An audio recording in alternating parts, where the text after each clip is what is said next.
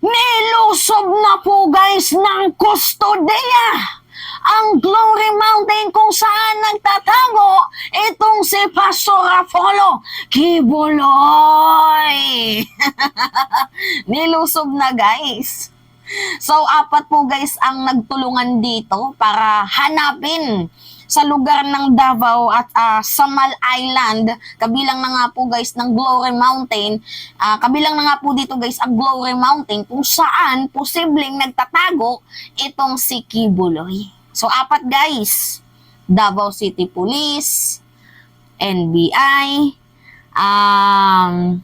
Criminal Investigation and Detection Group, at yung panghuli, yung Senate Sergeant at Arms. So, alam nyo naman po guys na lahat yan ay may role and function. Dahil ang Davao City Police at NBI ay mayroon po silang Davao Warrant of Arrest. So, pwede din nilang arestuhin itong si Kibuloy. Ang Senate Sergeant at Arms, meron din pong arrest warrant para sa Senado at dito sa Kamara. At sinamahan na din po guys ng tulong ng Criminal Investigation and Detection Group para nga po mahuli itong si Kibuloy. Ni-raid po guys ang kanyang properties.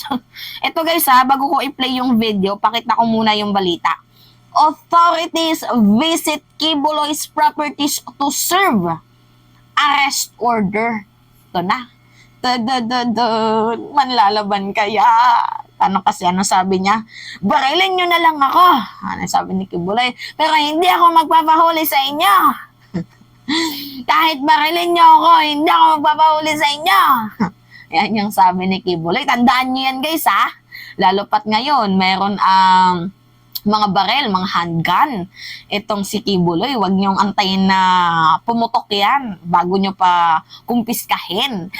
Now, ito yung sabi sa balita, authorities have visited the properties owned by Kingdom of Jesus Christ KOJC, the leader Apollo Kibuloy, to serve the arrest order against him according to the Police Regional Office or PRO 11 Chief Police Brigadier General Alden Delvo. So Delvo said police and other law enforcement agencies assisted the Senate Office of Sergeant at Arms to implement the arrest order. Ganito yun guys. Kung walang dalang arrest order yung police ng Davao at yung NBI, bali ang gagawin nila, i-assist lang nila itong Senate Sergeant at Arms kasi hindi pwedeng manghuli ang pulis ng Davao at NBI kung wala silang dalang warrant of arrest na galing sa Davao Court para nga arestuhin itong si Kibuloy. Ngunit ang Senate Sergeant at Arms ay mayroon pong dala. So ngayon, ibig sabihin, ang Senate Sergeant at Arms yung sa Senado at sa Kamara, yun po yung kumikilos ngayon. So bali ang ginagawa ng NBI at ng pulis ng Davao ay ina-assist itong Senate Sergeant at Arms para hulihin itong si Kibuloy. Kasi alam nyo naman na si Kibuloy ay paulit-ulit pong hindi po umappear, hindi po nagpakita despite sa kanyang mga notices, 'di ba? Doon sa Senado. So, matilok ba itong si Kibuloy? Kumbaga, feeling niya up to this moment, above the law pa din siya, diba? Yung tipong hindi natitinag ng kahit na sino. Ngayon, guys, I have a video. Alam niyo naman yung kaso ni Kibuloy, no, guys? Meron siyang, charges against sa 5 kaso niya. Kabilang na nga po dito, guys, yung, child abuse, sexual abuse, qualified human trafficking, coercion, diba? Ang dami niyang kaso. So, despite na ang dami niyang kaso, pinapaharap siya sa Senado, 'di ba, sa issue din ng prangkesa ng SMNI, ang dami niyang kaso. So, ngayon hindi siya nag-appear. Ilang beses na nagkaroon ng Senate hearing.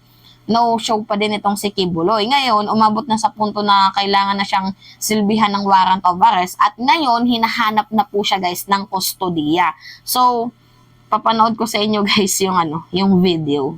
Tingnan nyo Yan kita niyo yan. Nandyan yung police guys So, nire-raid nila. Usap-usap sila.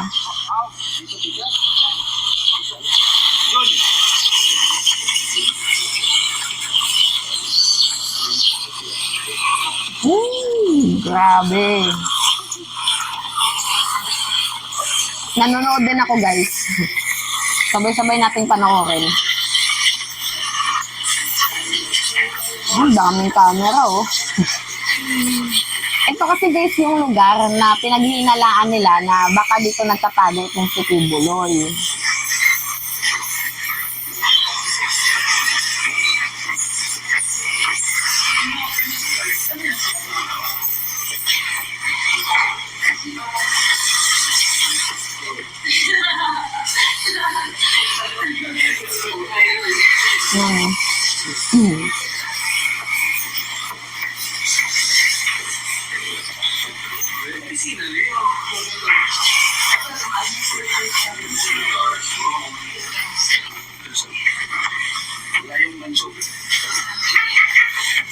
Yan.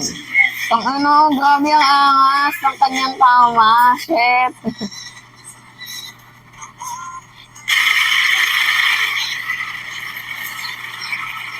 NBI.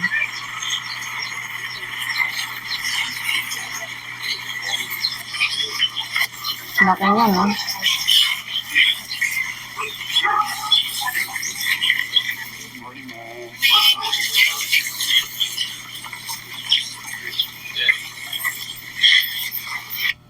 Yan. So, hinahanap siya guys ng kustudiya. And anyway, hindi pa din po pala nila guys nakikita itong si Kibuloy. Hindi pa rin daw po nila guys nakikita. Sabi dito, according to Delvo, the police earlier said earlier visited Kibuloy properties in Davao City and Samal Island, but they did not see him there. So wala po silang nakita.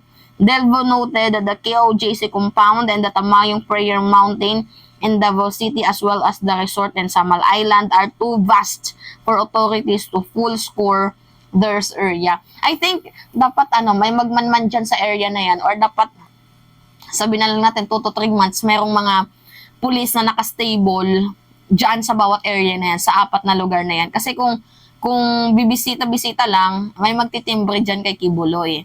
Pero we do not know na baka malay mo, tinatago siya ng alas. Diba? Alams na. Baka tinatago siya ng alas. So ngayon, Delvo noted that the Kingdom of Jesus Christ compound, For now, Delvo said authorities are gathering intelligence information on the whereabouts Kibuloy. Sabi pa nga dito, wala pa daw talaga. I am relying on the intelligence community na makakapagbigay ng relevant, timely, and accurate information to me so I could rely 2 of my bosses para makagawa kami ng instruction sa lower unit. So yun po guys, failed pa po nilang nahanap itong si Kibuloy. But anyway, I think, bakit parang ang hina naman ng intel funds ng Davao? May niluluto ba dyan? Or menu lang yan. Anyway, at least meron silang pinakitang video na binisita nga nila, 'di ba?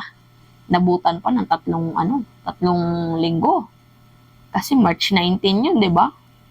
Lumabas yung warrant of arrest. Nabutan pa ng 3 linggo, pinatapos pa ang Holy Week.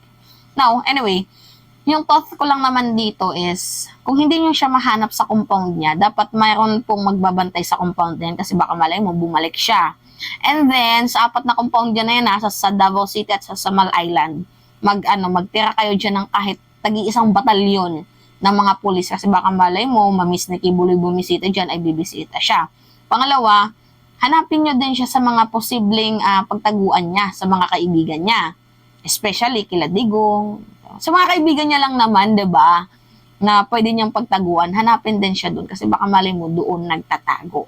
Anyway, yun lamang ho guys, at it's me again, si Mima Alicia nyo, at nagbabalik ulit para sa ating panibagong video.